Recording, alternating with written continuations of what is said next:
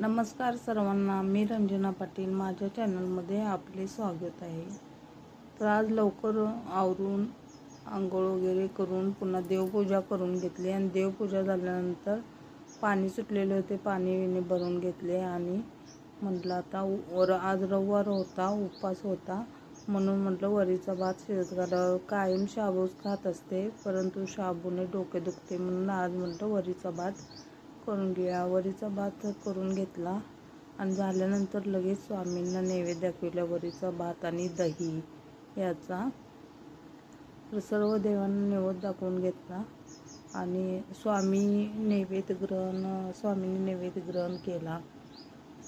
कायम स्वामी नैवेद्य ग्रहण करतात. तर आज वरीचा भात केलेला होता, स्वामींना पण खूप आवडला.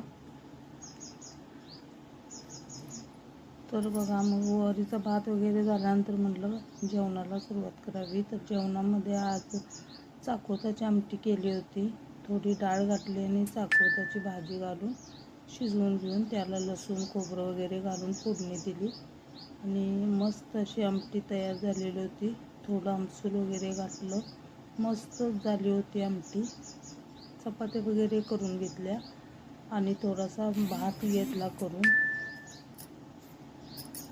या चपात्या करून घेतलेल्या आहेत आणि थोडा भात पण करून घेतला. तर जेवण झाल्यानंतर पहिल्यांदा स्वामींना नैवेद्य काढून घेतला.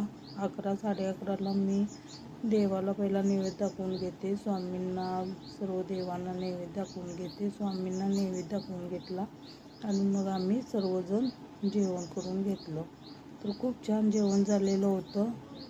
माझा रविवार होता म्हणून मी वरीचा भात आणि दहीच खाल्लं आणि सर्वांना पण जेवण खूप आवडलं. चाकवताची आमटी छान झालेली होती, खूप आवडली सर्वांना.